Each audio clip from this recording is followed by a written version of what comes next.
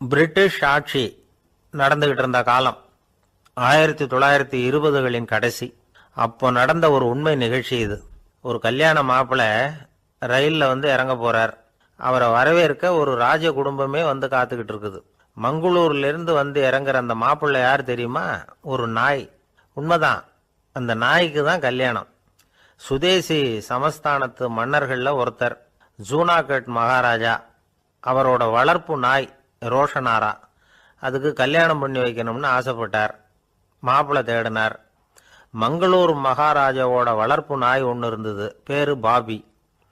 இது ரெண்டுக்கும் கல்யாணம் நடத்த முடிவு பண்ணார். திருமணத்துக்கு வேண்டிய எல்லா ஏற்பாடுகளையும் பண்ணுங்க அப்படின்னு உத்தரவு போட்டார். ஆயிரக்கணக்கான அழைப்புதழ்கள், பல சமஸ்தான மன்னர்கள், ஜமீன்தார்கள், பிரிட்டிஷ் அதிகாரிகள், பெரிய பணக்காரங்க, இப்படி நிறைய பேருக்கு அழைப்புதழ்கள் அனுப்பி வச்சாங்க. பத்திரிகையை பார்த்தவங்கெல்லாம் திகைச்சு போயிட்டாங்களாம். இருந்தாலும் என்ன பண்ணுறது, ராஜாவே அழைக்கிறார், போகாமல் இருக்க முடியுமா? அந்த சமயத்தில் நாட்டின் கவர்னர் ஜெனரலாக இருந்தவர் இர்வின் பிரபு. அவருக்கும் ஒரு பத்திரிகை போயிருக்குது. வாங்கி பார்த்ததும் அவருக்கு பயங்கர எரிச்சல். உடனே குப்பை தொட்டியில் போட்டுவிட்டாராம். மாட்சிமை தங்கிய பிரிட்டன் சக்கரவர்த்தியின் பிரதிநிதியான தன்னை கேவலம் ஒரு நாயின் திருமணத்துக்காக அழைக்கிறதா அப்படின்னு அவருக்கு ஆத்திரம். இருந்தாலும் கல்யாணம் பிரமாதமாக நடந்துதான். கல்யாணத்தன்னைக்கு பொண்ணுக்கு ஸ்பெஷல் குளியல், தண்ணீருக்கு பதிலாக வாசனை திரவியங்கள், பன்னீர், குளிச்சதுக்கு அப்புறம் அலங்காரம், வைர மாலை, முத்து மாலை, ஏகப்பட்ட அலங்காரம். மாப்பிள்ளையை அழைக்கிறதுக்கு ரயில்வே ஸ்டேஷனில் ராஜ குடும்பமே காத்துக்கிட்டு இருக்குது. அவங்களோட வளர்ப்பு நாய்கள் 250. அத்தனை நாய்களுக்கும் பட்டு துணி போத்தி இருக்குது. முத்து வடங்கள் அணிவிச்சிருக்கிறாங்க. எல்லாம் ராஜ நாய்கள். அதுகளையும் வீதியில் நடக்க விடலையாம். அதுகளை சுமந்துக்கிட்டு போக அலங்கரிக்கப்பட்ட யானைகள் காத்துக்கிட்டு இருக்குதான். மாப்பிள்ளைக்கு வரவேற்பு எப்படி தெரியுமா? அது நடந்து வர்ற பாதை பூரா ரத்தன கம்பளம் விரிச்சிருக்குது. 2 பக்கமும் ராஜாங்க அதிகாரிகள் கைகட்டி நிற்கிறாங்க. அரசு படை வீரர்கள் அணிவகுப்பு மரியாதை செலுத்துகிறாங்க. அந்த நாய் ராஜ மரியாதையோடு நடந்து வருது. நகையெல்லாம் போட்டுக்கிட்டு வருது. திருமண மண்டபத்துக்கு சேருது. அங்கே கல்யாணம் அமோகமாக நடக்குது. இந்த திருமணத்தை முன்னிட்டு அந்த ஜூனாகட் சமஸ்தானத்துக்கு 3 நாள் விடுமுறை வேற. கல்யாணத்துக்கு வந்திருந்தவங்களுக்கெல்லாம் ஏக தடபுடலாக விருந்து, நாட்டியம் எல்லாம் பிரமாதமாக நடந்துதான். இந்த கல்யாணத்தில் கலந்துக்க வந்திருந்த மற்ற சமஸ்தானத்து மன்னர்கள், திவான்கள், அரச குடும்பத்தினர், இப்படி அவங்க 700 பேராம். அவங்க போகிறதுக்காக விசேஷ ரயில்கள்லாம் வேற விட்டுருக்காங்க. கல்யாணம் முடிஞ்சதும் அந்த நாய் தம்பதிகளோட பெரிய பெரிய மன்னர்கள்லாம் ஒன்றா உட்காந்து சாப்பிட்டாங்களாம். ஏர் கண்டிஷன் அறையில் அந்த தம்பதிகள் கொஞ்ச காலம் வாழ்ந்துருக்கிறாங்க. கொஞ்ச நாளில் மாப்பிள்ளைக்கு மரியாதை குறைய ஆரம்பிச்சுட்டுது. வெளியில் துரத்தி விட்டாங்களாம். அந்த பெண் நாய் மட்டும் ராஜ போகங்களை அனுபவித்து வந்துதான். இந்த கல்யாணத்தை பார்த்துட்டு தொடர்ந்து மற்ற சமஸ்தானத்து மன்னர்களும் நாய் திருமணங்கள் நடத்த ஆரம்பிச்சுட்டாங்களாம். இது உண்மையில் நடந்திருக்குது. இப்படி அது இருக்கட்டும். இப்போ நம்ம கதைக்கு வருவோம். ஒரு ராஜாவுக்கு ரொம்ப நாள் கழித்து ஒரு குழந்தை பிறந்துதான். அரண்மனை ஜோசியரை கூப்பிட்டுருக்கார் ராஜா. ஜோசியரே, என் மகன் வருங்காலத்தில் சிறந்த வாழ் வீரனாக வரணும்னு ஆசைப்படுறேன். வருவானாங்கிறத கொஞ்சம் பார்த்து சொல்லுங்களேன் அப்படின்னாராம். ஜோசியர் சொன்னார், மன்னா, உங்கள் புள்ள வாழ் வீரனாக வர்றது கஷ்டம். ஆனால் அவரும் உங்களை மாதிரியே நாய்க்குட்டிகள் பேரில் பிரியமாக இருப்பார். அதுகளுக்கு கல்யாணமும் பண்ணி வைப்பார் அப்படின்னாராம். அது எப்படி கண்டுபிடிச்சிங்க அப்படின்னு கேட்டிருக்கார் ராஜா. அரசே, உங்கள் பிள்ளைக்கு வாழ் மேலே உள்ள பிரியத்தை காட்டிலும் நாய் மேலே உள்ள பிரியம் அதிகம்ங்கிறதுக்கான அறிகுறி இப்போவே தெரியுது. நல்லா கவனித்து பாருங்க. அவர் வாழ்னு கத்துறாரு அப்படின்னாரு. கவனித்து பார்த்துட்டு அப்படி எனக்கு காதில் விழலையே அப்படின்னாராம் மன்னர். அதனால தான் சொன்னேன், அவர் கத்துறது வாழ்னு கத்தலை, வள்ளுன்னு கத்திக்கிட்டு இருக்கார். அதனால தான் அப்படி சொன்னேன் அப்படின்னாராம் அரண்மனை ஜோசியர். உங்கள் பையன் எப்படி சார் இருக்கான் அப்படின்னு விசாரித்தார் ஒருத்தர். அவன் என்ன சார், எதை சொன்னாலும் காதில் வாங்க மாட்டேங்கிறான், அவன் பாட்டுக்கு போகிறான் வர்றான் அப்படின்னு சொல்லி அழுத்துக்கிட்டார் அப்பா. பெரியவங்க சொல்கிறத சின்ன பிள்ளைங்க கேட்கறது இல்லைங்கிறது ஒரு குறை. பெரியவங்க சொல்கிறது சின்ன பிள்ளைங்க காதலையே விழறது இல்லைங்கிறது ஒரு குறை. இது கொஞ்சம் சீரியஸான விஷயம், கவனித்து பார்க்கணும். ஒரு குழந்தைக்கு காது சரியாக கேட்குதா இல்லையா அப்படிங்கிறத நாம தான் கவனித்து பார்த்து கண்டுபிடிக்கணும். அதுவாக நம்மக்கிட்ட தவழ்ந்து அப்பா எனக்கு காது கேட்கல, அழைச்சிட்டு போங்க டாக்டர்கிட்ட அப்படின்னுலாம் சொல்லிக்கிட்டு இருக்காது. அது சரி, ஒரு குழந்தைக்கு காது சரிவர கேட்குதா இல்லையா அப்படிங்கிறத முன்கூட்டியே நாம் தெரிஞ்சுக்கிறது எப்படி? அதுக்கு சில வழி இருக்கு. உங்கள் குழந்தைய கொஞ்சம் அப்படி கவனித்து பாருங்க.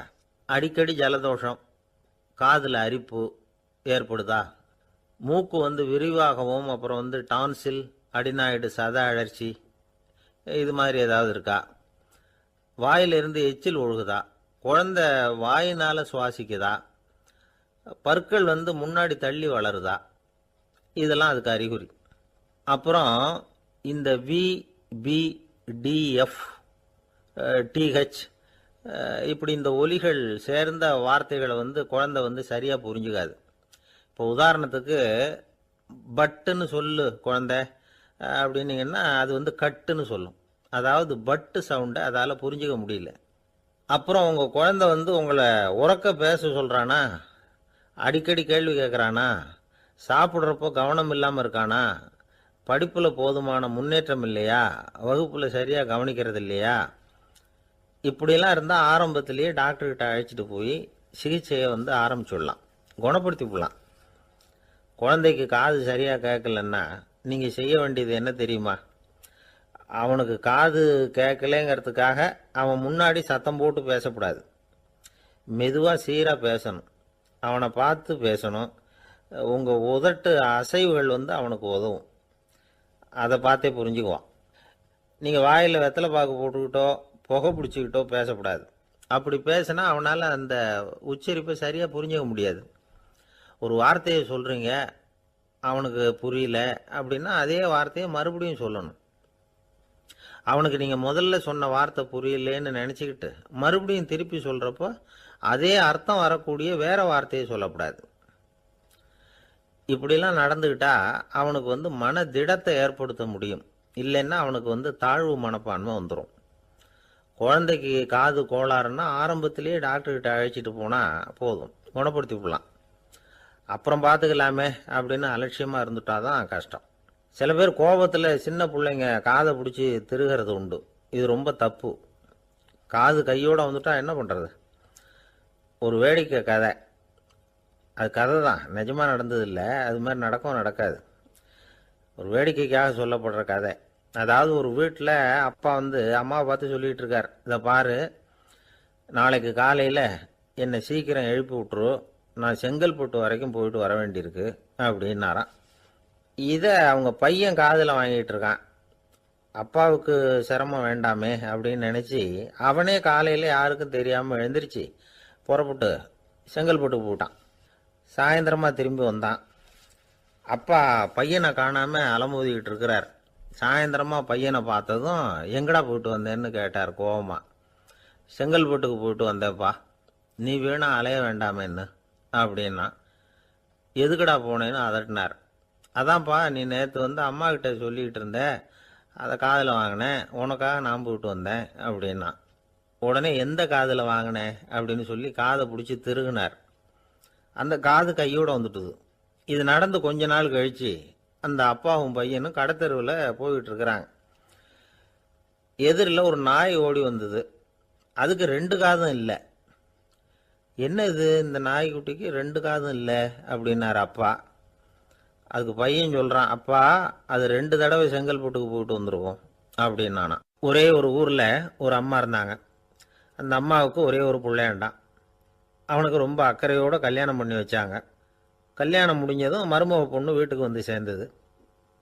அப்பாடா, என் கடமை முடிஞ்சுது, இனிமேல் அக்கடான்னு எங்கேயாவது ஒரு மூலையில் படுத்து கிடக்கலாம் அப்படின்னு நினச்சாங்க அந்த அம்மா. ஆனால் நினைக்கிறபடி எங்கே நடக்குது? அதுக்கப்புறம் தான் பிரச்சனையே ஆரம்பமாச்சு. மருமகள் குணம் சரியில்லை, ஒரு மாதிரி. அந்த பொண்ணு வீட்டுக்கு வந்ததுமே முதல் வேலையாக மாமியாரை பார்த்து, அதுதான் நான் வந்துட்டேன்ல, இனிமேல் உங்களுக்கு என்ன வேலைங்க, புறப்பட வேண்டியது தானே, காசி ராமேஸ்வரம்னு எங்கேயாவது போங்க அப்படின்னுட்டு தான். மாமியாரை பார்த்தாங்க, கொஞ்சம் யோசனை பண்ணாங்க. இந்த பாருமா, நீ இப்படி சொல்கிறதுக்கு முன்னாடியே வீட்டை விட்டு புறப்படணுங்கிற முடிவுக்கு நான் வந்துட்டேன். வீட்டை மட்டும் இல்லை, இந்த உலகத்தை விட்டே கூட போகிறதுக்கு தயாராக இருக்கிறேன். ஆனால் ஒரே ஒரு விஷயத்துக்காக என் உயிரை கையில் பிடிச்சிக்கிட்டு இருக்கிறேன் அப்படின்னாங்களாம். என்ன விஷயம்னு கேட்டது இந்த மருமக பொண்ணு. வேற ஒன்றும் இல்லை, என் பிள்ளைக்கு கல்யாணம் பண்ணி வச்சுட்டேன். ஒரு பேர புள்ள பிறந்து அதை என் கண்ணால் பார்த்துட்டேன்னா நான் எங்கே வேணும்னாலும் போகிறதுக்கு தயாராக இருக்கிறேன். அப்படின்னாங்களாம் அந்த மாமியார்.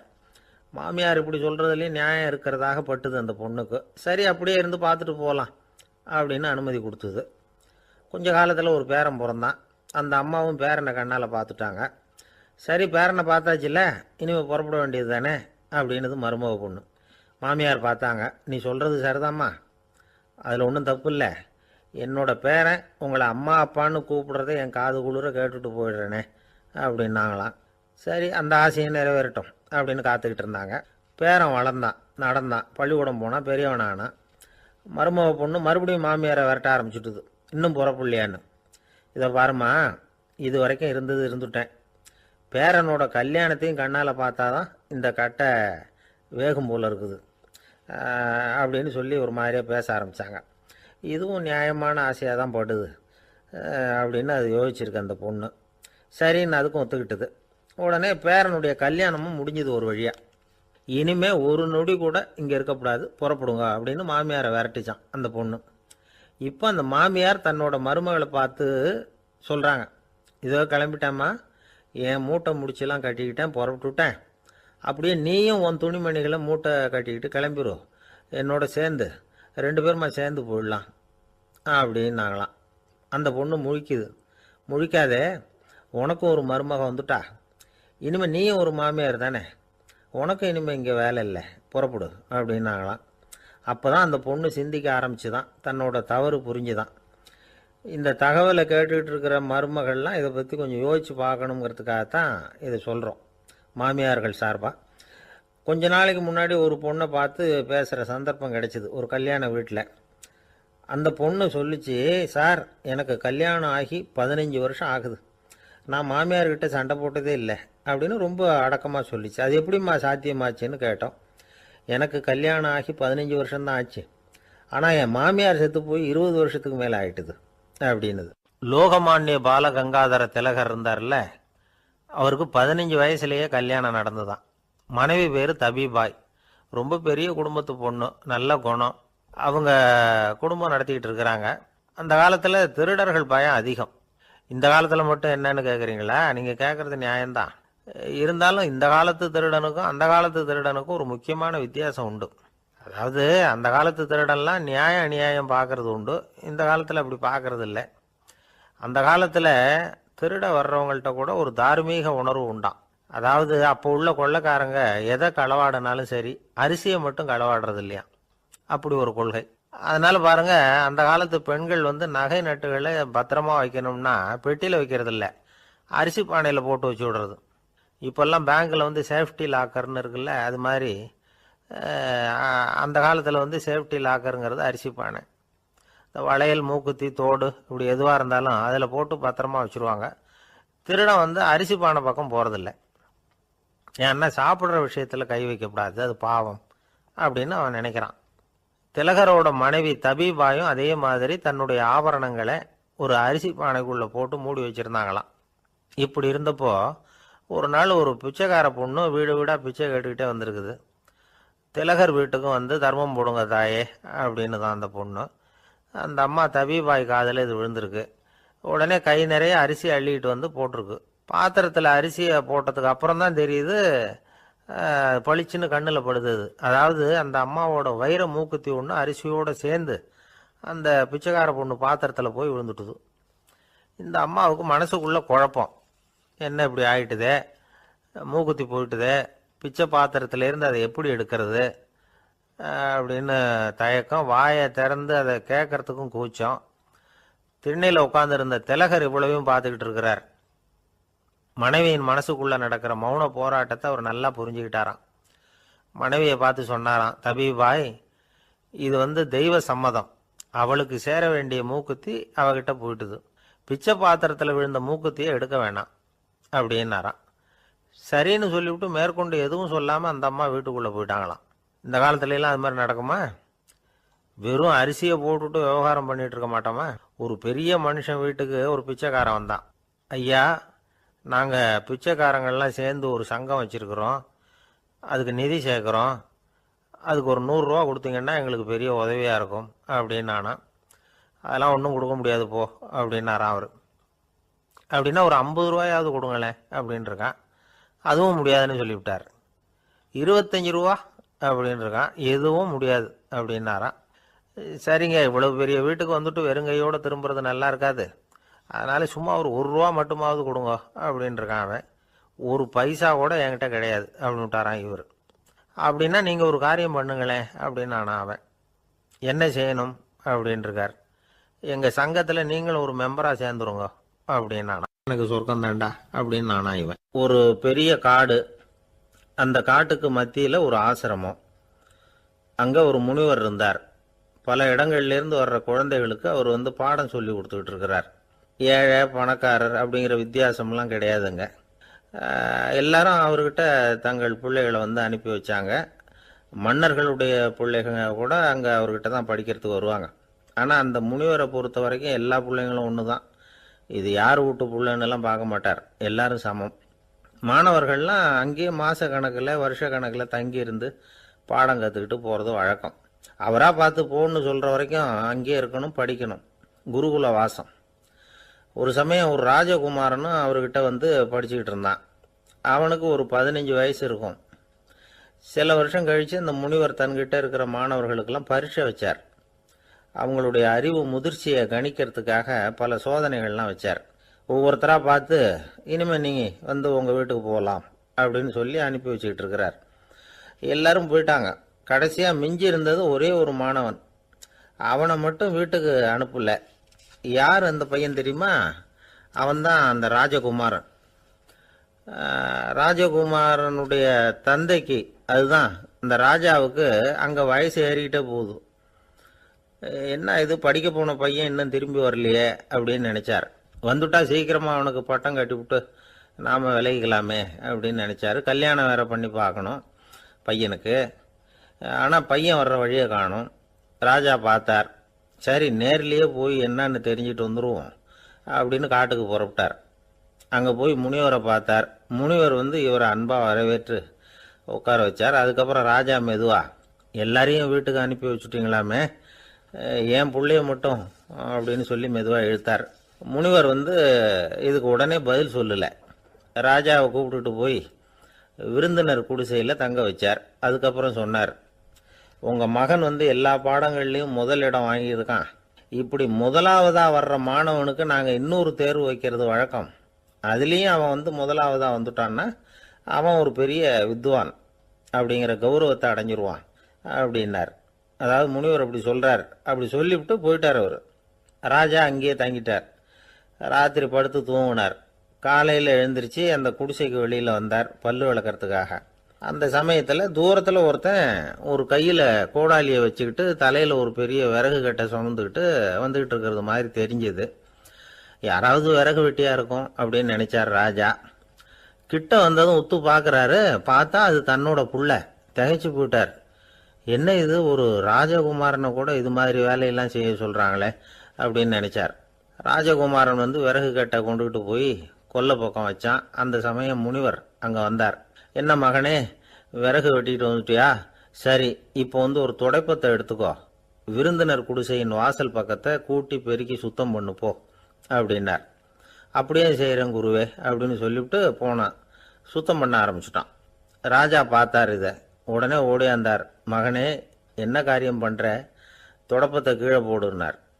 இப்போ அந்த ராஜகுமாரன் சொல்கிறான், தந்தையே, இது என்னுடைய குருதேவரோட உத்தரவு. இங்கே நான் ஒரு மாணவன்.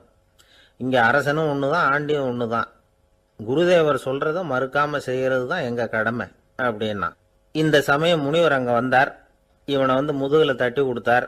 அப்புறம் ராஜா கிட்ட சொன்னார், அரசே, உங்கள் புள்ள எங்கள் கடைசி தேர்வுலையும் வெற்றி பெற்றுட்டான். பணிவு தான் மாணவர்களின் மிக உயர்ந்த குணம். குருநாதர் சொல்றது மனசுக்கு பிடிக்கலன்னா கூட மறுக்காம செய்யணும். அப்படி செய்யறதுனால எதை செய்யலாம் எதை செய்யக்கூடாது அப்படிங்கிற விவேகம் அவங்களுக்கு வந்துடும். செய்யக்கூடாததை கூட பெரியவங்க சொல்லிவிட்டா செஞ்சுதான் ஆகணும் அப்படிங்கிற பணிவு அவங்களுக்கு வந்துடும். இந்த குணம் வந்துட்டுதுன்னா அவங்க எத்தனை கடினமான வேலையா இருந்தா கூட ரொம்ப சுலபமா செஞ்சு முடிச்சிருவாங்க.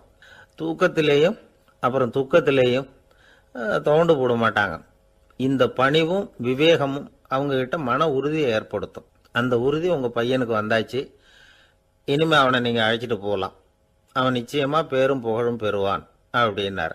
ராஜா அவரை பார்த்து, குருதேவா புரிஞ்சுக்கிட்டேன், என்னை மன்னிக்கணும் அப்படின்னாரு. அதுக்கப்புறம் மகனை அழைச்சிக்கிட்டு நாட்டுக்கு திரும்பி வந்துட்டார்.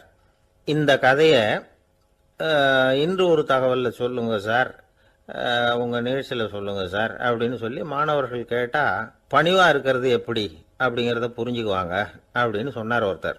சரி சொல்லுவோம், அதுக்கு முன்னாடி நேர்லேயே ஒரு பையன்கிட்ட சொல்லி பார்க்கலாமே அப்படின்னு தோணுச்சு. உடனே ஒரு பையனை கூப்பிட்டோம்.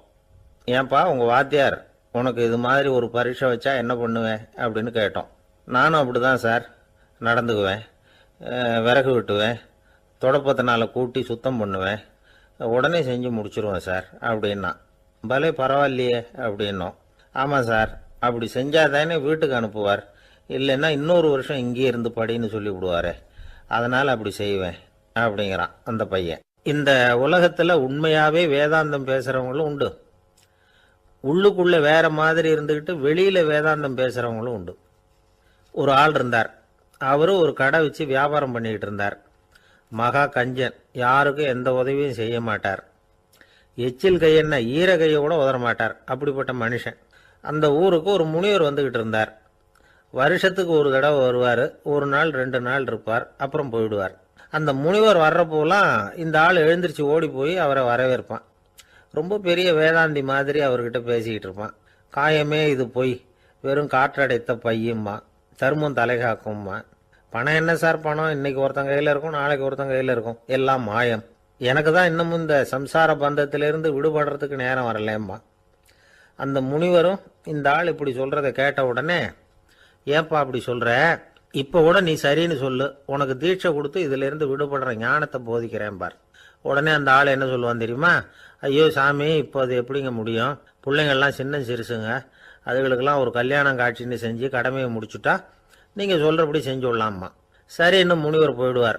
அடுத்த வருஷம் வருவார், இவன் வழக்கம் போல் வேதாந்தம் பேசுவான். சரி தீட்சை கொடுக்குறேன் வா அம்பார். பேரம் பேத்தியை பார்க்கணும், கோர்ட்டில் கேஸ் ஒன்று இருக்குது, அது முடியணும் அப்படின்னு தயங்க ஆரம்பிச்சிருவான். எல்லாம் சொல்லுவான், ஆனால் குடிக்கிறதுக்கு தண்ணி கூட கொடுக்க மாட்டான். ரொம்ப வருஷம் கழித்து மறுபடியும் ஒரு நாள் அந்த ஊருக்கு முனிவர் வந்தார். இவன் கடைக்கு வந்தார். அப்புறம் அங்கே கல்லாவில் நம்ம ஆள் இல்லை, அவன் புள்ள தான் உட்காந்துருக்கிறான். அப்பாவை போலவே புள்ளையும் எழுந்திரிச்சு ஓடியாந்து முனிவரை வரவேற்றான். அப்பா எங்கன்னு விசாரிச்சார் முனிவர். ஐயோ அதை ஏன் கேட்குறீங்க சாமி, உங்ககிட்ட தீட்சை வாங்கி இந்த சம்சார பந்தத்திலேருந்து விடுதலை பெறணும்னு சொல்லிக்கிட்டே இருப்பார், அது நிறைவேறாமலே போய் சேர்ந்துட்டார். போன மாதம் ஒரு நாள் திடீர்னு நெஞ்சு வலிக்குதுன்னார், அவ்வளவுதான் போட்டுன்னு போயிட்டார் அப்படின்னு புலம்புனான் பையன். இதை கேட்டதும் முனிவர் சிரிச்சாரான். அவன் எங்கடா போவான், உன் அப்பா எங்கேயும் போகல, இதோ வாழை ஆட்டிக்கிட்டு உன் காலடியிலே இருந்துக்கிட்டு இருக்கான் பார் அப்படின்னு சொல்லி அங்கே நின்றுக்கிட்டு இருந்த ஒரு நாயை சுட்டி காட்டினாரான். என்ன சாமி சொல்கிறீங்க அப்படின்னு ஆச்சரியமாக கேட்டிருக்கான் பையன். உடனே முனிவர் அந்த நாயோட தலையில் ஒரு தட்டு தட்டி, பேசுகிறா அப்படின்னாரான். உடனே அந்த நாய் வேதாந்தம் பேச ஆரம்பிச்சுட்டு தான். காயமே இது போய் வெறும் காற்றடைத்த பைய அப்படின்னு தான். முனிவர் சொன்னார், அடே இப்போவும் ஒன்றும் கெட்டு போகல, நீ விரும்புனா சொல்லு, உனக்கு தீட்சை கொடுத்து என் பின்னாடியே அழைச்சிட்டு போயிடுறேன், அங்கே அழைச்சிட்டு போய் உனக்கு ஞானத்தை போதிக்கிறேன், வர்றியா அப்படின்னு கேட்டிருக்காரு. உடனே அந்த நாய் சொல்லிச்சான், ஐயோ அதை ஏன் கேட்குறீங்க சாமி, நான் உண்ணாமல் தின்னாமல் ஏராளமான சொத்து சேர்த்து வச்சுட்டேன், என் பிள்ளைங்க அதோட பெருமை தெரியாமல் ராத்திரி நேரம்லாம் கதவை திறந்து போட்டுட்டு தூங்கிடுவாங்க, அதனால் இப்படி நாயாக பிறந்து ராத்திரி பகலாக சுற்றி சுற்றி காவல் காத்துக்கிட்டு கிடக்கிறேன், இப்போ எப்படி சாமி வர முடியும் அப்படின்னு கேட்டுதான். அறியாமையிலேயே சுகம் கண்டு இப்படி இருக்கிற ஆளுங்களுக்கு எப்படி விடுதலை கிடைக்கும், எப்போ விடுதலை கிடைக்கும் அப்படின்னு கேட்குறார் தசாவதானி, திருக்குறள் பேர் ராமையா. அவர் கேட்குறது நியாயம் தானே.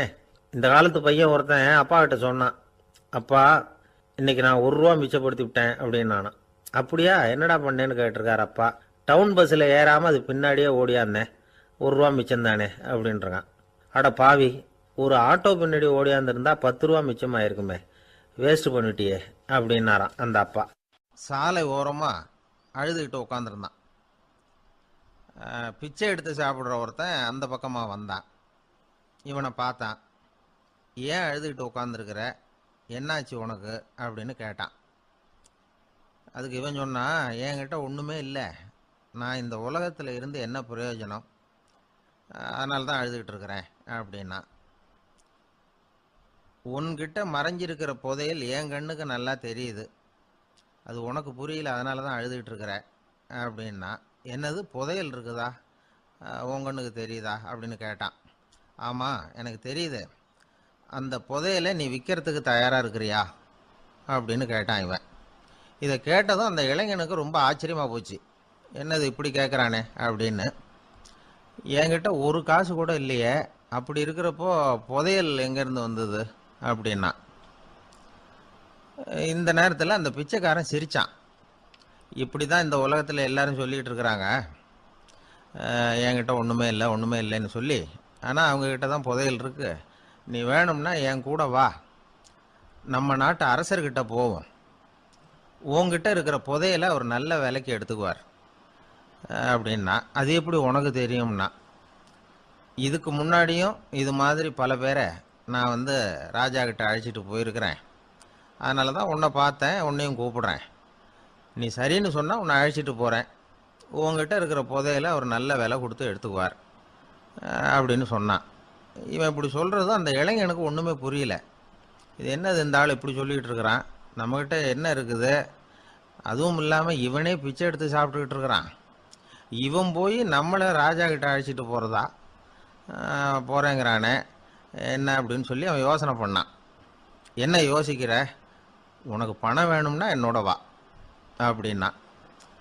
இளைஞன் ஒரு முடிவுக்கு வந்தான். சரி, இங்கேயே உட்காந்துக்கிட்டு இருக்கிறத விட அங்கேயாவது போய் பார்ப்போமே, இங்கே அழுதுட்டு உட்காந்துருக்கிறதுல என்ன பிரயோஜனம், ஏதோ கூப்பிட்றான் போய் பார்த்துட்டு வருவோமே அப்படின்னு சொல்லி அவன் கூட புறப்பட்டான். பிச்சைக்காரன் முன்னாடி போயிட்டே இருக்கிறான், இந்த இளைஞன் பின்னாடி நடந்து போயிட்டுருக்கான். ரெண்டு பேரும் அரண்மனையை நோக்கி போகிறாங்க. பாதி வழி போயிருப்பாங்க. வழியில் அந்த பிச்சைக்காரன் சொன்னான், இதை பாரு, முன்னாடியே சில விஷயங்களை நாம் பேசிக்க வேண்டியிருக்கு. சரியாக தெளிவாக முடிவு எடுத்துக்கிட்டு அதுக்கப்புறம் ராஜாக்கிட்ட போகணும்.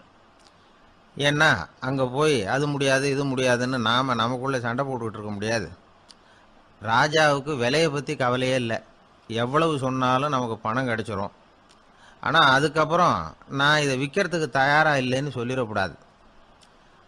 அதனால் வந்து புதையலை விற்கிறதா இல்லையாங்கிறத இங்கேயே தெளிவாக முடிவு செஞ்சுக்கணும். இல்லைன்னா ராஜா கிட்ட போய் அங்கே போய் குழப்பிக்கிட்டு இருக்க முடியாது அப்படின்னு சொன்னான். இளைஞனுக்கு ஒன்றுமே புரியல.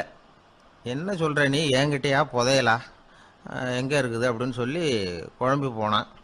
இப்போ அந்த பிச்சைக்காரன் சொன்னான், இதை பாரு, இப்போ உதாரணத்துக்கு உன்னுடைய கண்களை எடுத்துக்கோ, அதுக்கு நீ என்ன விலை கேட்டுற போகிற. நான் வந்து அதுக்கு ராஜா கிட்டே இருந்து ஒரு 50,000 ரூபா வாங்கி தர முடியும். உன்னுடைய இருதயத்தை கொடுக்குறியா, 20 லட்சம் ரூபா வாங்கி தரேன். மூளையை கொடுக்குறியா, 30 லட்சம் வாங்கி தரேன். என்ன சொல்கிற அப்படின்னு சொல்லி இந்த பிச்சைக்காரன் பேசிக்கிட்டே போகிறான். இளைஞனுக்கு கோபம் வந்துட்டுது. என்ன உளர்ற, உனக்கு என்ன பைத்தியமா, கண்ணையும் மூளையையும் இருதயத்தையுமா விற்பாங்க, என்ன விலை கொடுத்தாலும் அதையெல்லாம் நான் விற்கிறதுக்கு தயாராக இல்லை, நான் விற்க மாட்டேன், அதை கொடுத்துட்டு நான் என்ன பண்ணுறது. இப்படி நான் மட்டும் இல்லை, யாருமே இதை விற்கிறதுக்கு தயாராக இருக்க மாட்டாங்க அப்படின்னு சொன்னான் அந்த இளைஞன். இவன் இப்படி சொன்னதும் அந்த பிச்சைக்காரன் வாய் விட்டு சிரிக்க ஆரம்பிச்சுட்டான். இப்போ பைத்தியமானது நானா நீயா, லட்சக்கணக்கான கோடிக்கணக்கான ரூபாய் பொறுமானம் உள்ள பொருள்களை உங்ககிட்டயே வச்சுக்கிட்டு விற்க முடியாதுன்னு சொல்கிற நீ தான் ஏழை, என்கிட்ட ஒன்றுமே இல்லைன்னு மரத்தடியில் உட்காந்து அழுதுகிட்டு இருக்கிறியே அப்படின்னு சொன்னான். இன்றைக்கி பார்த்தீங்கன்னா பல பேர் தன்கிட்ட புதைஞ்சிருக்கிற ஆற்றலை புரிஞ்சிக்க முடியாமல் அவதிப்பட்டுக்கிட்டு இருக்கிறாங்க. நம்மக்கிட்ட என்ன இருக்குங்கிறது அவங்களுக்கு தெரியறதில்ல. அதனால தான் என்கிட்ட ஒன்றுமே இல்லைன்னு சொல்லி அழுதுகிட்டு இருக்கிறாங்க. இதை விளங்க வைக்கிறதுக்கு பெரியவங்க சொல்கிற கதை இது. நம்மக்கிட்ட இருக்கிற புதையலை நாம் தான் தோண்டி எடுக்கணும். உண்மையான புதையலுங்கிறது உள்ளே இருக்குது, ஆனால் அதை வெளியில் தேடுற ஆசாமிகள் தான் அதிகம். சராசரி மனித இயல்பு அப்படி. நம்மக்கிட்ட விலை மதிக்க முடியாத பகுத்தறிவு இருக்குது, அதை வச்சுக்கிட்டு வாழ்க்கையில் முன்னேறத்துக்கு முயற்சி பண்ணணும். என்கிட்ட ஒன்றுமே இல்லைன்னு நினச்சி ஓரமாக உட்காந்துடக்கூடாது. முயற்சி செஞ்சால் முடியாத காரியம் எதுவுமே இல்லை. ஒரு ரயில்வே ஸ்டேஷன் பக்கம் வெளியில் ஒரு டாக்ஸி நின்றுக்கிட்டு இருந்தது. அந்த பக்கமாக வந்த ஒருத்தர் டாக்ஸி டிரைவரை பார்த்து சொன்னார், ஐயா, உங்கள் வண்டியில் பின் சீட்டில் ஒரு மணி பர்ஸு கிடக்கு, யாரோ மறந்து விட்டுட்டு போயிருக்கிறாங்க அப்படின்னாரு. இல்லை இல்லை, அது காலி பர்ஸு தான், நான் தான் அதை அங்கே போட்டு வச்சுருக்கிறேன்னார் டிரைவர். ஏன்னு கேட்டார் அவர். இதுக்கு டிரைவர் சொன்னார், அதை பார்க்குற யாராவது அதை எடுத்துக்கலாம்ங்கிற ஆசையிலையாவது சவாரிக்கு வருவாங்க, அதுக்காக தான் போட்டு வச்சுருக்கிறேன் அப்படின்னார். வாங்க மாட்டேங்கிறான் சார் அப்படின்னு சொல்கிறது உண்டு. அது எப்படி காதில் வாங்கிக்காமல் இருக்க முடியும்? காதுங்கிறது எப்பவும் திறந்தே இருக்கக்கூடிய ஒன்று தானே. சில பேர் பேசிக்கிட்டே இருப்பாங்க, நாமும் கேட்டுக்கிட்டே தான் இருப்போம். அவர் என்ன சொன்னார் திருப்பி சொல்லு அப்படின்னு சொன்னால் சொல்ல தெரியாது. காது சரியாக கேட்டாலும் நாம் பேசுகிறத மற்றவங்க சரியாக கேட்குறாங்களா அப்படிங்கிறது சந்தேகம்தான். இந்த சந்தர்ப்பத்தில் ஒரு உண்மையை நாம் புரிஞ்சுக்கணும். அதாவது என்னென்னா, கேட்பதுங்கிறது வேற, கவனிக்கிறதுங்கிறது வேற. அதாவது கேட்கறதுன்னா அது ஹியரிங், கவனிக்கிறது அப்படின்னா அது லிசனிங். கேட்கறதுங்கிறது தன்னிச்சையாக நடக்கக்கூடிய ஒரு செயல். இப்போ ஒரு சாலையில் நடந்து போயிட்டுருக்குறோம், எவ்வளவோ சத்தம் நம்ம காதில் விழுந்துக்கிட்டு இருக்கு. கார் போகிற சத்தம் கேட்குது, பறவை ஒரு மரத்துலேருந்து கத்துது, அந்த சத்தம் கேட்குது. இப்படி நிறைய காதில் விழுந்துக்கிட்டு இருக்கு.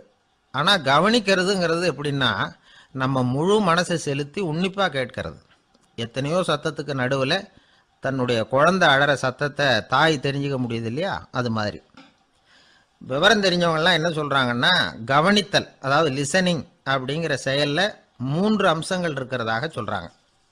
அது என்ன 3 அம்சங்கள் அப்படின்னா, முதல்ல காதால் கேட்கறது, இது முதல் அம்சம். ரெண்டாவது என்னன்னா கேட்டதை புரிஞ்சுக்கிறது. மூணாவது என்னன்னா என்ன புரிஞ்சுக்கிட்டோங்கிறத தெரிவிக்கிறது, ஃபீட்பேக் அப்படின்னு சொல்கிறோமே அது. ஒரு ஆசிரியர் வகுப்பில் பாடம் நடத்திக்கிட்டு இருக்கிறார். வெறுமனே கேட்குற குழந்தை ஒரு காதால் வாங்கி இன்னொரு காதால் விட்டுடும். அதாவது கேட்குற குழந்தை அப்படி செய்யும். ஆனால் கவனிக்கிற குழந்தை கேட்டதை புரிஞ்சுக்கும். என்ன புரிஞ்சுக்கிட்டேன்னு கேட்டால் பதில் சொல்லும். இதுதான் கேட்கறதுக்கும் கவனிக்கிறதுக்கும் உள்ள வித்தியாசம். ஒரு புள்ளி விவர கணக்கு என்ன சொல்லுது தெரியுமா? ஒரு மனிதன் எழுதுறது மூலமாக 6% அறிவை பெருக்கிக்கிறானா, எழுதுறது மூலமாக. படிக்கிறது மூலமாக 19% அறிவை பெருக்கிக்கிறானா. பேசுறது மூலமாக 30% அறிவை பெருக்கி கொள்ளுகிறான் அப்படின்னு சொல்கிறாங்க. ஆனால் பாருங்கள், கவனிக்கிறது மூலமாக 45% அறிவை பெருக்கிக் கொள்ளுகிறான் அப்படிங்கிறது புள்ளி விவரம். அதனால் கற்றலின் கேட்டல் நன்று அப்படின்னு சொல்கிறாங்க இல்லையா, அது இதுதான். அதனால் கவனிக்கிறது மூலமாக அதிக அறிவை நாம் பெருக்கிக் கொள்ள முடியும். கேள்வி ஞானம்தான் ரொம்ப சிறந்தது அப்படிங்கிறார் வள்ளுவர். அதாவது கவனித்து கேட்கணும், அதுதான் முக்கியம். இப்போ மற்றவங்க சொல்கிறத நல்லா கவனிக்க முடியாதபடிக்கு நாமே சில தடைகளை ஏற்படுத்திக்கிறோம், அல்லது நம்ம அறியாமலே அப்படி ஒரு தடை உண்டாயிடுது. அந்த தடைகளை தாண்டணும் அல்லது தகர்த்து எறியணும் அப்படிங்கிறது பெரியவர்கள் சொல்லுகிற யோசனை. அது என்ன தடைகள் அப்படின்னா, நமக்கு தெரியாத இவர் என்ன சொல்லிட போகிறார் அப்படிங்கிற நினப்பு, இது ஒரு தடை. சொல்லி முடிக்கிறதுக்கு முன்னாடியே குறுக்க பேசுறது, மனசை அங்கேயும் இங்கேயும் அலையிறது, இதெல்லாம் தான் தடைகள். ஆசிரியர் பாடம் நடத்துகிறார் அப்படின்னா மாணவர்கள் அக்கறையாக கவனிக்கணும், அப்போ தான் பரீட்சையில் பாஸ் ஆக முடியும். வீட்டுக்குள்ள கணவன் சொல்கிறத மனைவி கவனித்து கேட்கணும், மனைவி சொல்கிறத கணவன் கவனித்து கேட்கணும், இல்லைன்னா குழப்பமாயிடும். ஒரு அம்மா கோயிலுக்கு போனாங்க, சேலையில் ஒரு முடிச்சு போட்டிருந்தாங்க. எதுக்கு சேலையில் முடிச்சு போட்டு வச்சுருக்குறீங்க அப்படின்னு கேட்டாங்க. எங்கள் வீட்டுக்காரர் ஒரு கடிதத்தை மறக்காமல் தபால் போட்டியில் போட்டுடணும்னு சொன்னார், ஞாபகத்துக்காக முடிச்சு போட்டு வச்சுருக்கிறேன் அப்படின்னாங்க. கடிதத்தை பெட்டியில் போட்டுட்டிங்களா அப்படின்னு கேட்டாங்க. அது எப்படிங்க முடியும், அவர் கடிதத்தை என்கிட்ட கொடுக்க மறந்துட்டாரே அப்படின்னாங்களாம். அதனால் மறக்கப்படாதுன்னு நினச்சிக்கிட்டே மறந்து விடுறது, இப்படி ஒரு வாழ்க்கை. அதனால் வாழ்க்கையில் நமக்கு இருக்கிறது செவிச்செல்வம் ரொம்ப முக்கியமானது. நிறைய கேட்கணும், சொல்கிறத விட கேட்கணும், கேட்கறத விட முக்கியம் கவனிக்கிறது. அப்படி கவனிக்கிறது மூலமாக நம்முடைய வாழ்க்கையில் வெற்றி பெறணும். கழுதைய நண்பர்கள் எங்கே போனாலும் சேர்ந்தே போவாங்க வருவாங்க. அப்போ அந்த கழுதை கொஞ்சம் கவலையோடு பேச ஆரம்பிச்சுதான்.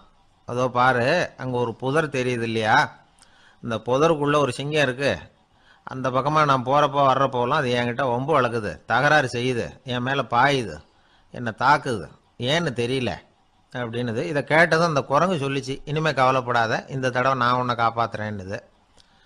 அதுக்கப்புறம் ஒரு நாள் அந்த குரங்கும் கழுதியும் அந்த புதர் பக்கமாக போய்கிட்டு இருந்தாங்க.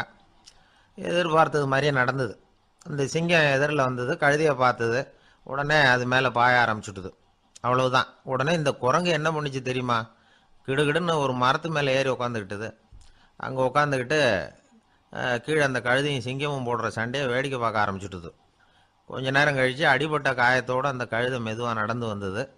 குரங்கும் மெல்ல மரத்தை விட்டு கீழே இறங்கிச்சு. இப்போ கழுதை கேட்டுது, என்னை காப்பாத்துறேன்னு சொல்லிவிட்டு காலை வாரி விட்டுட்டியே, நீ பாட்டுக்கு மரத்து மேலே ஏறி உக்காந்துக்கிட்டே, அது நியாயமானது. குரங்கு பரிதாபமாக அதை பார்த்துது. நான் மரத்து மேலே இருந்து நீங்கள் 2 பேரும் சண்டை போட்டதை பார்த்துக்கிட்டு தான் இருந்தேன். உன்னோட சத்தம் தான் அதிகமாக இருந்தது, அது நீ சிரிக்கிற மாதிரி எனக்கு கேட்டுது. அதனால் நீ தான் ஜெயிச்சுக்கிட்டு இருக்க போல இருக்கு அப்படின்னு நினச்சிவிட்டேன்னுது. இன்றைக்கி பல பேர் இப்படி தான் இருக்கிறாங்களாம். யார் ஜெயிக்கிறாங்க யார் தோக்குறாங்கங்கிறத முகத்தை பார்த்து கூட கண்டுபிடிக்க முடியறதில்ல. பேசுகிற பேச்சை வச்சு கூட கண்டுபிடிக்க முடியறதில்ல. தோற்கிறவங்க கூட சிரிக்கிற மாதிரி முகத்தை வச்சுக்கிறான். இன்றைய மனிதர்கள்கிட்ட ஏகப்பட்ட முரண்பாடுகள். பொய் முகங்களோட உலவுகிறவர்கள் தான் அதிகம். உண்மை முகம் எங்கே இருக்குது அப்படிங்கிறத புரிஞ்சுக்கிட்டு நண்பர்களை தேர்ந்தெடுக்கணும் அப்படிங்கிறது ஒரு முக்கியமான கருத்து. கடவுள் இந்த உலகத்தை படைச்சுட்டு அதுக்கப்புறமும் கொஞ்ச நாள் இங்கேயே தங்கியிருந்தாராம். அப்போ தான் அவருக்கு ஒரு உண்மை புரிஞ்சுதான், இந்த உலகத்தில் தங்கி இருக்கிறது எவ்வளவு இடைஞ்சல்னு. தினமும் மனிதர்கள் தேடி வந்து ஏதாவது புகார் சொல்லிக்கிட்டே இருந்தாங்களாம். எனக்கு அது வேணும் இது வேணும்னு கேட்டுக்கிட்டே இருந்தாங்களாம். சில பேர் வந்தாங்க, நாங்கள் வந்து விவசாயம் பண்ணுறோம், தண்ணி இல்லாமல் பயிர் காயுது, எங்களுக்கு மழை வேணும் அப்படின்னாங்க. அவங்க போனதும் அதுக்கப்புறம் சில பேர் வந்தாங்க, நாங்கள் வந்து மண்பானை செய்கிறவங்க, நிறைய பானை செஞ்சு வச்சுருக்குறோம், மழை பெஞ்சால் எல்லாம் கரைஞ்சி வீணாக போயிடும், அதனால் இன்றைக்கி மழை பெய்யக்கூடாதுன்னாங்க. கடவுள் பார்த்தார், அவருக்கு என்ன பண்ணுறதுன்னே தெரியல, ஏகப்பட்ட குழப்பம், தலையை பிச்சுக்கலாம் போல் இருந்தது, கிட்டத்தட்ட பைத்தியம் பிடிக்கிற அளவுக்கு ஆயிட்டுது. எல்லாருடைய ஆசைகளையும் அவரால் நிறைவேற்ற முடியல. ஏன்னா ஒன்றுக்கு ஒன்று முரண்பாடாக இருந்தது. ஒரு நாள் தன்னுடைய அமைச்சரவையை கூட்டி ஆலோசனை கேட்டார். என்ன செய்யலாம்னு சொல்லுங்கன்னார். இது என்ன பிரமாதம், பேசாமல் இமயமலை அடிவாரத்தில் போய் உட்காந்துங்க, யாரும் தொந்தரவு பண்ண மாட்டாங்கன்னாங்க. அங்கேயும் மனிதர்கள் வர ஆரம்பிச்சுருவாங்களேன்னார் கடவுள். சரி அப்படின்னா சந்திரனில் போயிருந்துக்கலாமேன்னாங்க. அங்கேயும் மனுஷன் குடி வர போகிறான் அப்படின்னார் கடவுள். வெகு தூரத்துக்கு அப்பால் உள்ள நட்சத்திர மண்டலத்துக்கு போயிடலான்னாங்க. இதெல்லாம் நிரந்தர தீர்வாகாது, நிரந்தரமாக இந்த மனிதனுடைய தொல்லையிலேருந்து நான் விடுபடணும், அதுக்கு ஏதாவது வழி சொல்லுங்கன்னார் கடவுள். ஒரு வயசான ஆள் வந்தார். கடவுளுக்கு காதோட காதாக ஒரு வழியை சொன்னார். கடவுளுக்கு முகம் மலர்ந்தது. அதுதான் சரி, அப்படியே செஞ்சுடலான்னார். அந்த ஆள் சொன்ன ரகசியம் என்ன தெரியுமா?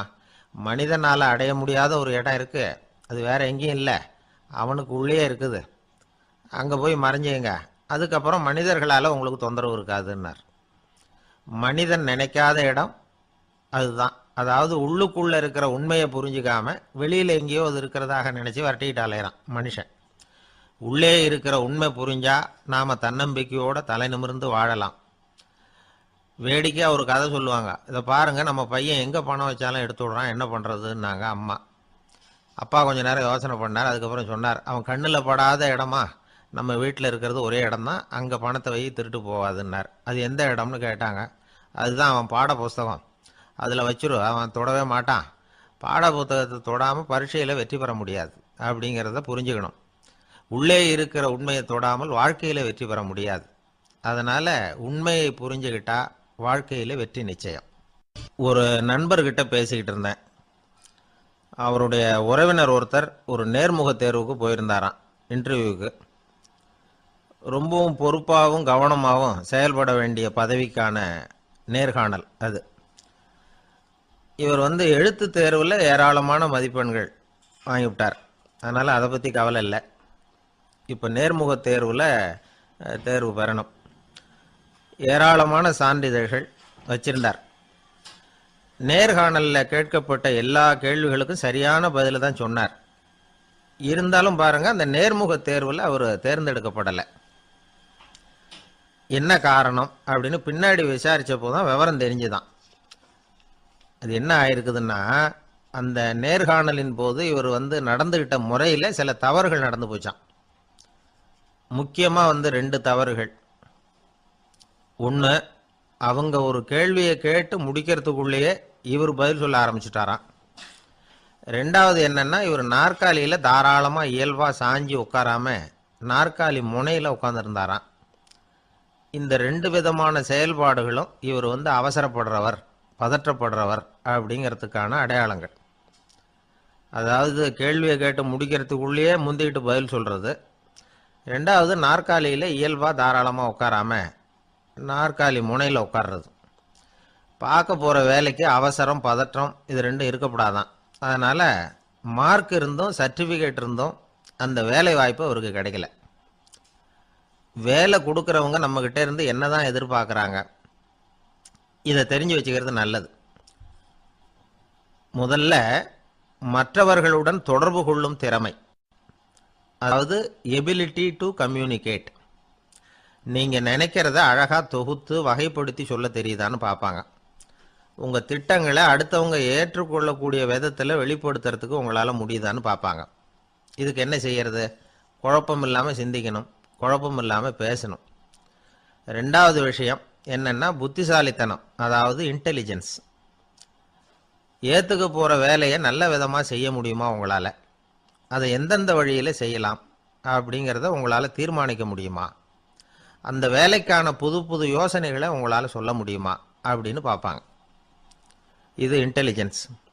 மூணாவது தன்னம்பிக்கை, அதாவது செல்ஃப் கான்ஃபிடென்ஸ். உங்களுக்கு அது உண்டா அப்படிங்கிறத கவனிப்பாங்க. எந்த சூழ்நிலையையும் சமாளிக்கணும், எப்படிப்பட்ட மனிதர்களையும் சமாளிக்கிற தைரியம் வேணும், அடுத்தவங்களை நமக்கு சாதகமாக திருப்பக்கூடிய தன்னம்பிக்கை வேணும். நாலாவது பொறுப்புகளை முன்வந்து ஏற்றுக்கொள்ளுதல், வில்லிங்னஸ் டு அக்செப்ட் ரெஸ்பான்சிபிலிட்டி. பொறுப்புகள்லேருந்து நழுவி போக ஆசைப்படாமல் செஞ்சு முடிக்கணும். அஞ்சாவது முன் வருதல், இனிஷியேட்டிவ். வேலையோட முக்கியத்துவம் உணர்ந்து அதை ஏற்றுக்கிட்டு தகுந்த நடவடிக்கைகளை தயங்காமல் எடுக்கிறதுக்கு முன் வரணும். ஆறாவது என்னன்னு கேட்டிங்கன்னா தலைமைத்துவம், லீடர்ஷிப். 4 பேருக்கு தலைமை தாங்கி நல்ல விதத்தில் நடந்துக்க தெரியுதா? ஏழாவது கற்பனை திறன், இமேஜினேஷன். சில பிரச்சனைகள் வரக்கூடும் அப்படின்னு முன்கூட்டியே யூகிச்சு அதுக்கு தகுந்த மாதிரி நடவடிக்கை எடுக்கிற திறமை உண்டா அப்படிங்கிறத பார்ப்பாங்க. எட்டாவது என்னன்னா வளைந்து கொடுத்தல், ஃப்ளெக்சிபிலிட்டி. சூழ்நிலைக்கு தகுந்த மாதிரி, மாற்றங்களுக்கு தகுந்த மாதிரி அனுசரித்து நடந்துக்கிறதுக்கு தெரியுதா அவங்களுக்கு அப்படிங்கிறத கவனிப்பாங்க. அடுத்தது திறமைகளை வெளிக்கொணரும் திறமை, இன்டர்பர்சனல் ஸ்கில்ஸ். அடுத்தவங்க கிட்ட இருக்கிற திறமையை கண்டுபிடிச்சி அதை நல்ல விதத்தில் ஊக்கப்படுத்தி பயன்படுத்த தெரியுதா அப்படின்னு பார்ப்பாங்க. ஆறாவது சுய அறிவு, செல்ஃப் நாலெட்ஜ். அடுத்தவங்க நம்மளை பற்றி என்ன நினைக்கிறாங்க அப்படிங்கிறத நம்மளால் புரிஞ்சிக்க முடியுதாங்கிறது முக்கியம். அடுத்தது போட்டி மனப்பான்மை, காம்படிட்டிவ்னஸ். அடுத்தவங்களை ஒப்பிட்டு பார்த்து அதை விட ஒரு படி மேலே வரணுங்கிற குணம் வேணும். இதுக்கு அடுத்தது என்னென்னா குறிக்கோளை வெல்லுதல், கோல் அச்சீவ்மெண்ட். குறிக்கோளை சவாலாக எடுத்துக்கிட்டு அதை அடையணும். அப்புறம் வேறுபட்ட திறமைகள், ஒகேஷனல் ஸ்கில்ஸ். பதவிக்கு வேண்டிய திறமைகள் தவிர மற்ற திறமைகள் எதுவும் உண்டாங்கிறது முக்கியம். நமக்கு வேலை கொடுக்கணும்னு நினைக்கிறவங்க நம்மக்கிட்ட இருந்து இவ்வளவும் எதிர்பார்ப்பாங்க. அதுக்கு தகுந்த மாதிரி நம்மளை நாமே தயார்படுத்திக்கணும். ஆனாலும் நான் உங்ககிட்ட சொல்கிறதுக்கு ஒரு முக்கியமான செய்தி இருக்குது, அதை நான் உங்ககிட்ட ஒப்படைக்கணும்னு நினைக்கிறேன். அது என்னோட அப்பா அவருடைய கடைசி காலத்தில் என்கிட்ட ஒப்படைச்சிட்டு போன செய்தி. வாழ்க்கையில் அது எனக்கு ரொம்ப உபயோகப்பட்ட ஒரு கருத்து. எங்கள் அப்பா என்கிட்ட கொடுத்த ஒரு பொக்கிஷம் அது. அதை இப்போ நான் உன்கிட்ட கொடுத்துட்டு போகிறேன். இப்போ உனக்கு இது புரியாது, ஏன்னா இன்னும் நீ பெரிய மனுஷன் ஆகலை. அதனால் இப்போ நான் உங்ககிட்ட கொடுக்கறத நீ பத்திரமா வச்சிரு. பிற்காலத்தில் அது உனக்கு உபயோகப்படும். இது ஒரு திறவுகோல் மாதிரி, பெரிய பெரிய பொக்கிஷங்களின் கதவுகளை இது திறந்து விடும் அப்படின்னு சொல்லி விஷயத்தை சொன்னார். மகனுக்கு அந்த விஷயம் அப்போ புரியல. அதனால பிற்காலத்தில் அதுதான் அவருடைய வாழ்க்கையை மாற்றி அமைச்சுதான். சரி, அப்பா சொன்ன அப்பேற்பட்ட செய்தி என்ன? அது ஒன்றும் பெரிய விஷயம் இல்லை, எளிமையான ஒரு கருத்து தான். அவர் என்ன கருத்து சொன்னார்னா, மகனே, யாராவது உன்னை மனம் நோகும்படி செஞ்சுட்டா அதை பற்றி 24 மணி நேரத்துக்கு தியானம் பண்ண போகிறதாகவும் அதுக்கு பிறகு பதில் சொல்கிறதாகவும் சொல்லிவிடு, அவ்வளோதான் அப்படின்னாராம். அதாவது யாராவது நம்மளை திட்டுனா உடனடியாக பதில் சொல்லக்கூடாது. இதை பற்றி யோசிக்கிறேன், இதுக்கு நாளைக்கு பதில் சொல்கிறேன் அப்படின்னு சொல்லிவிடணும், அவ்வளோதான். இதுதான் அந்த அப்பா சொன்ன கருத்து. சின்ன வயசில் இது என்ன பேர்பட்ட ஒரு பெரிய ரகசியமா, இது ஒரு பெரிய விஷயமா அப்படின்னு தான் தோணும். அந்த பையனுக்கும் அப்படி தான் தோணிச்சான். ஆனாலும் அப்பா சொன்ன அந்த கடைசி வாசகம் அது அப்படிங்கிறதுனால அதை அப்படியே மனசில் பதிய வச்சுருந்தார். அந்த இளைஞர் ஒரு பெரியவர் ஆனார் ஒரு காலத்தில். அவரை ஒருத்தர் ஒரு கட்டத்தில் அவமானப்படுத்தி விட்டாராம். உடனே அவர் சொன்னார், ஐயா, இதை பற்றி நான் 24 மணி நேரம் தியானிக்கணும், அப்படித்தான் எங்கள் அப்பா எனக்கு சொல்லி கொடுத்துருக்காரு. அவர் இப்போ இல்லை, அவர் பேச்சுக்கு மதிப்பு கொடுக்க வேண்டியது என்னுடைய கடமை. அதனால் தயவு பண்ணி மன்னிச்சுக்குங்க, 24 மணி நேரம் பொறுத்து திரும்பி உங்களுக்கு பதில் சொல்கிறேன் அப்படின்னாராம். அவர் தியானம் பண்ணார். அதுக்கப்புறம் அவருக்குள்ள ஒரு சின்ன தெளிவு ஏற்பட்டு போச்சான். அதாவது சில நேரங்களில் அவமதிப்போட சரிதான்னு கூட அவருக்கு தோணிச்சான். அதாவது அவன் அப்படி பேசுனதில் ஒன்றும் தப்பு இல்லையே, நாமளும் அப்படிதானே நடந்துக்கிட்டோம் அப்படிங்கிறதெல்லாம் அவருக்கு தெரிஞ்சு போச்சு. மறுநாள் அந்த ஆளுகிட்ட போனார். ஐயா நன்றி, நீங்கள் சொன்னது சரிதான், அது ஒரு அவமதிப்பு இல்லை, உண்மையான பேச்சு தான். நீங்கள் என்ன முட்டாள்னு சொன்னீங்க, யோசிச்சு பார்க்குறப்போ அது சரிதான்னு எனக்கும் தோணுது, நான் அப்படி தான் இருக்கிறேன் அப்படின்னாராம். சில சமயம் இது மாதிரி யோசிக்கிறப்போ அந்த அவமதிப்பே ஒரு பொய் அப்படின்னு புரியும். அதுவே பொய்ங்கிறப்போ அதுக்காக நாம் எதுக்கு மனம் புண்படணும் அப்படின்னு நினைப்பார். அது மட்டும் இல்லை, அது ஒரு பொய்ன்னு சொல்கிறதுக்கு கூட அந்த ஆள்கிட்ட போக மாட்டார். பொய்ன்னா அது பொய் தானே, அதுக்காக ஏன் கவலைப்படணும். கவனிக்கிறது மூலமாகவும் தியானிக்கிறது மூலமாகவும் மெல்ல மெல்ல அவர் மற்றவர்களின் செயல்களை விடவும் தன்னுடைய எதிர்வினைகளின் மீது தான் அளவு கடந்த விழிப்புணர்வு கொண்டவராக மாறினார் அப்படிங்கிறார் ஒரு பெரிய ஞானி. தியானம்ங்கிறது ஒரு எளிமையான புரிந்து கொள்ளல் மட்டும்தாங்கிறார் அவர். மௌனமா உட்கார்ந்துருக்கிறது இல்லை தியானம், மந்திரத்தை ஓதிக்கொண்டிருப்பதில்லை தியானம், மனதின் நுண்ணிய வேலைத்தனங்களை புரிந்து கொள்வதுதான் தியானம் அப்படிங்கிறார். அப்படி புரிஞ்சுக்கிறப்போ நமக்குள்ள ஒரு மாபெரும் விழிப்புணர்வு பிறகுது. அது மனசுலேருந்து பிறக்கிறது இல்லை, ஆன்மாவிலிருந்து பேரறிவிலிருந்து பிறகுது. இதுதான் பெரியவர்கள் சொல்லியிருக்கிற முக்கிய கருத்து. இந்த காலத்திலே ஒரு அப்பா இருந்தார். கடைசி காலத்தில் மகனை கூப்பிட்டார். மகனே, உனக்காக நான் விட்டுட்டு போகிறது இந்த பெட்டி தான், இது எங்கள் அப்பா என்கிட்ட ஒப்படைச்சிட்டு போனது, இதை உன்கிட்ட நான் ஒப்படைச்சிட்டு போகிறேன். நான் இந்த உலகத்தை விட்டு போனதுக்கு அப்புறம் நீ இதை திறந்து பார், இந்த அதுக்கான திறவுகோல் அப்படின்னு கொடுத்துட்டு கண்ணை மூடிட்டாரான். கொஞ்ச நாள் கழித்து பொட்டியை திறந்து பார்த்துருக்கிறார். பொட்டியில் இருந்தது என்ன தெரியுமா? நம்ம குடும்பத்துக்காக தாத்தா காலத்திலிருந்து யார் யாருக்கிட்ட எவ்வளவு கடன் வாங்கியிருக்கிறோம் அப்படிங்கிற விவரப்பட்டியல் அதுக்குள்ளே இருந்துதான். நம்ம உடம்புல ரத்த அழுத்தம் இருக்குதே, அது நல்லதா கெடுதலா? உடனே அது கெடுதல்னு தான் சொல்லுவோம். ஆனால் உண்மை அது இல்லை. இயற்கையாக உள்ள ரத்த அழுத்தம் நம்ம உடம்புக்கு தேவையான ஒன்று. அந்த அழுத்தம் அதிகமாக போனால் தான் கெடுதல். அதை தான் நாம் பிபின்னு சொல்கிறோம். ஆனால் அது உண்மையிலேயே உயர் ரத்த அழுத்தம், ஹைப்பர் டென்ஷன். இதயம்ங்கிறது ஓயாமல் வேலை செஞ்சுக்கிட்டு இருக்கிற ஒரு பம்பு. இதயம் சுருங்கி ரத்தத்தை பம்பு செய்கிறப்போ ரத்த அழுத்தம் கூடுதலாக இருக்கும். இதுக்கு பேர் சிஸ்டாலிக் பிளட் ப்ரெஷர் அப்படின்னு பேர். இதயம் விரிந்த நிலைக்கு திரும்புகிறப்போ ரத்த அழுத்தமும் குறையுது. இதுக்கு பேர் டயஸ்டாலிக் பிளட் ப்ரெஷர் அப்படின்னு பேர். இப்படி இது மாறி மாறி இருக்கும். இந்த பிபி 140 90 இப்படின்லாம் சொல்கிறாங்கல்ல, இதுதான். சீராக இருக்க வேண்டிய ரத்த அழுத்தம் ஒரு அளவுக்கு மேலே அதிகரிச்சுட்டா ஆபத்து ஆரம்பம்னு அர்த்தம். சரி, இந்த உயர் ரத்த அழுத்தம் உண்டாகிறதுக்கு என்ன காரணம்? இதனால தான் இது வருதுன்னு ஒரு காரணத்தை குறிப்பிட்டு சொல்ல முடியாது. ஆனால் வம்சாவளி காரணம், ரொம்ப டென்ஷனான சூழ்நிலையில் வேலை செய்கிறது, உடம்பு குண்டாக இருக்கிறது, இதெல்லாம் இந்த ஹை பிபிக்கு துணை செய்யுது. அப்படி தான் எடுத்துக்க வேண்டியிருக்குது. இது கிருமியினால் ஏற்படுற வியாதி இல்லை, உடம்புல ஏற்படுற ஒரு பழுது, அவ்வளவுதான். 40 வயசுக்கு மேலே தான் பொதுவாக இது பாதிக்கும்.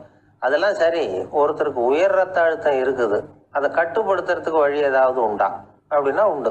மருந்து கொடுத்தும் சரி பண்ணலாம். மருந்து இல்லாத சிகிச்சை முறைகளும் இருக்குது. இப்போ மருந்து சாப்பிட்றதுன்னா டாக்டர்கிட்ட போயிடலாம். அதுக்கு இப்போ சுமாராக 30 விதமான மருந்துகள் இருக்குதான். மருந்தோட உடல் கட்டுப்பாடும் மனக்கட்டுப்பாடும் சேர்ந்ததுன்னா ரொம்ப விசேஷம். அது இருக்கட்டும், மருந்து இல்லாமல் நாம் செய்ய வேண்டியது என்ன, அதை தெரிஞ்சுக்குவோம். முதல்ல சீரான உடற்பயிற்சி, வாக்கிங் ரொம்ப நல்லது.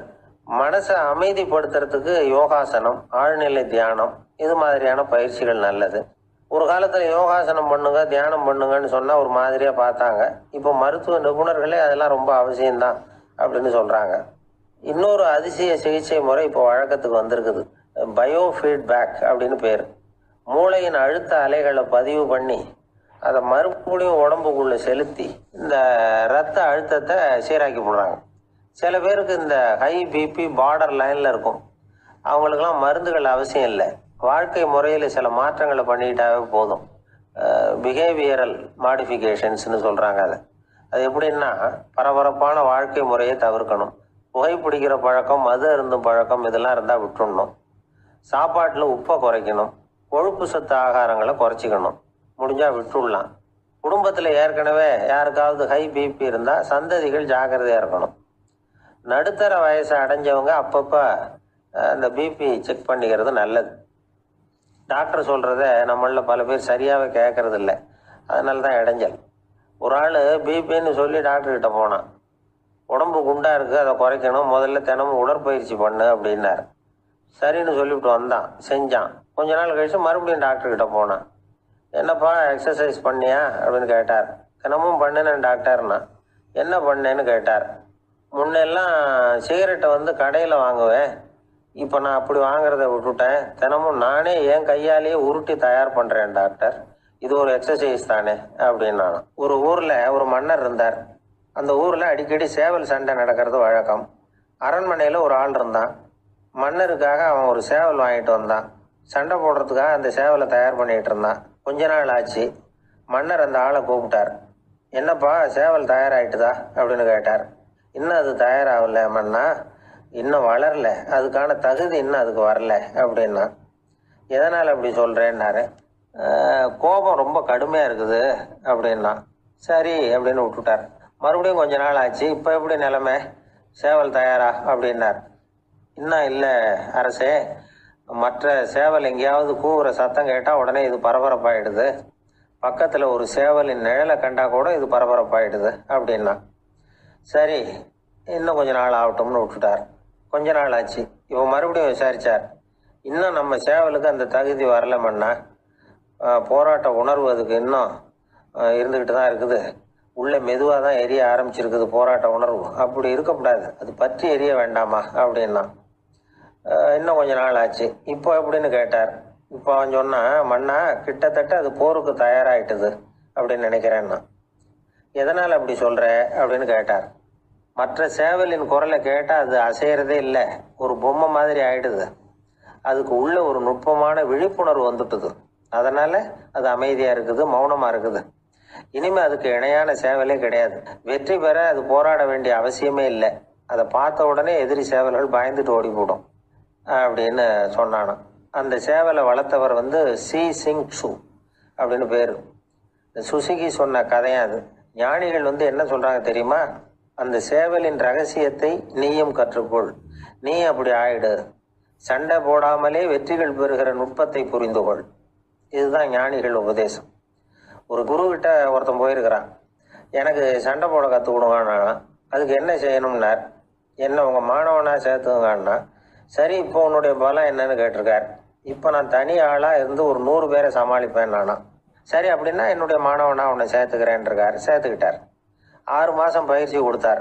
அதுக்கப்புறம் அவனை கூப்பிட்டு கேட்டார், இப்போ உன்னுடைய திறமை எவ்வளவுன்னு. இப்போ நான் தனி ஆளாக இருந்து ஒரு 50 பேரை சமாளிப்பேன் நானா. இன்னும் உனக்கு பயிற்சி தேவைன்னாராம்.